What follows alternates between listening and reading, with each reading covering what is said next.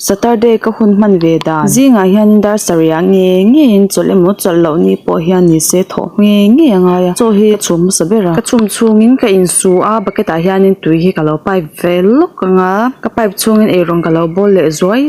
yang mayan hi mani ka le khan ya he alo voi ve deuh to e watanga ya to kin jing chu kan siam locks ka tui pa paliam e rong bol pa in su khi boy hin na vet taka ni jing ka rai chuan cho thi kan e har theinia o ars kan kha ka tuma ma se he alo khal ve ka kan chia lok nge tuin sa kan chia chungin mayan kha kan lo hik de lok oi ha tui liam le to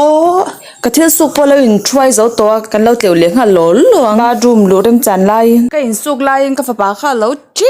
tre enge muni chu ka tia ka va ena room atang khanin azun thlelavin dai par kha lo phel sak ringu chunin he chuata alo zung koi lua ka azuna te khanin alo bok nge muni don ni forma zong te kha lo hu mo kan han thlak le ri a he oi thom no thlak lai har saro pui siam dong ek siam don sa han song bol ve vak he ka thiam lava kan deuh tlong hi ne me ka thiam ve chuma tui ve tho huno kan no khat zung ang mai an ka he alo so to a ka tui chuana khanin kan lo thla ka nga mai an baidan hi chu in thiam fura he ti hanin chok mi alovin mar cha te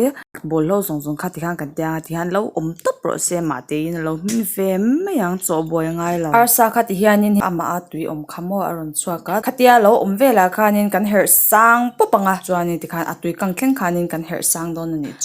chon hinuwa khanin so thing le purum var kan den som kha kan thla kanga chuanin hei ti hianin lotion chops da tui don lo tuk naw choi hun to dali kan chuang lukanga mayan po he lo min to kan chok nok anga tan a off thek naw pang chome siam tur hi kan shelo mai khopa ar tui me lo le alu hi ni deuh top mai hei tukin po ar tui me le me ro se nu lo la ni tur zel te tan khanin hei ti hian lo enula ka ti dan hi ti ve khanglang hila hei cho hi ti hianin kukara hian kan upamom te mai te alu te enge in thlai ni ang kha indanga chuanin rot pol deuh nok kha ni to mei rot kherlo point no panglian tan chuanin e theta ka ni chu an shok he chak fak lawa chu wangin kan rot pher ve deuh ni chu mo rot na se em chang lo ma se chu me hi mo me turani ti hi shelawa e pop tora mo hi ta hei ti hian kan han bum le ri a artist wa kang deuh khang kan level mo ti vel hi kan ani chom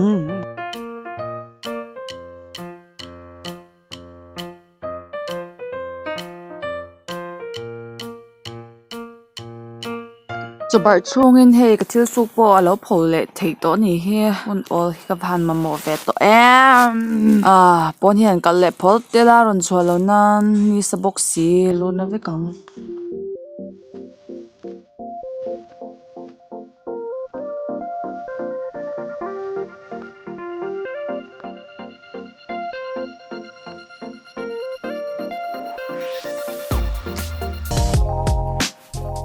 now ti mut kha katum ta ni chuma se he du ri ta reng lo